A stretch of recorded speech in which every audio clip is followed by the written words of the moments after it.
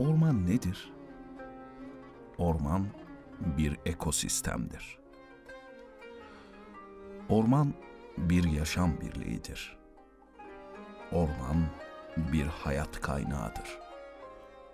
Orman canlılar için bir yuvadır. Hiç merak ettiniz mi?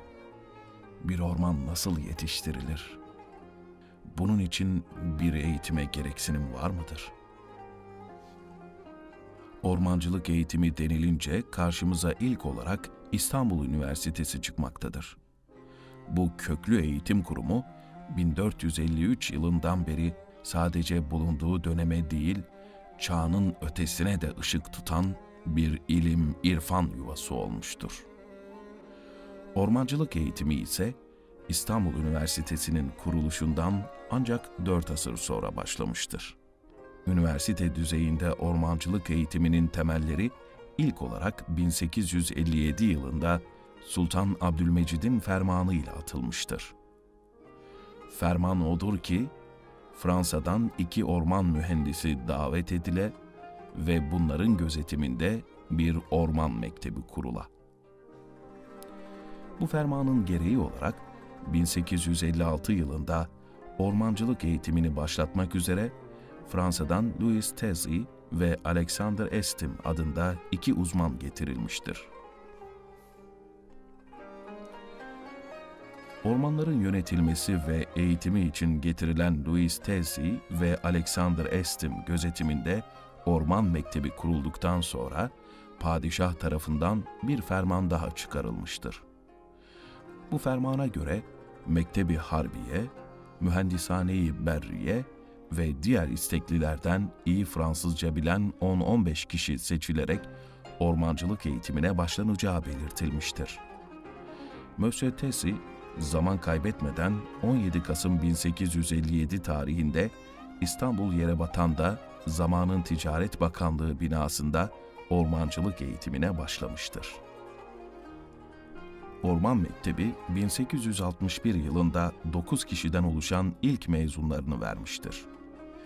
Üsküdarlı Ali Rıza, Mehmet Rüştü, Mehmet Nazif, Osman, Hüseyin, Mehmet, Artın Sarrafyan, Markar Mahzenciyan, Retik Odyan ilk mezun olan orman mühendisleridir.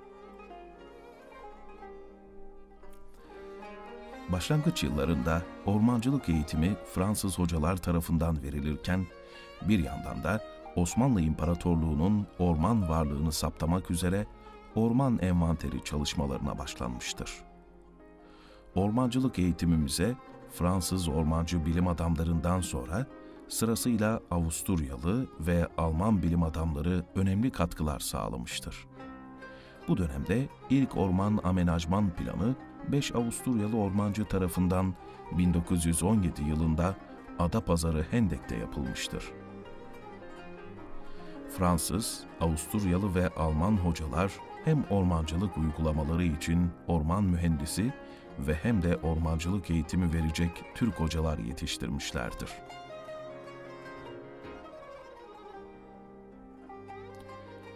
Bu dönemde yetişen hocalardan birisi olan Hoca Ali Rıza Efendi, ormancılık eğitim bayrağını Fransa, Avusturya ve Almanya'dan gelen misafir hocalardan teslim almıştır.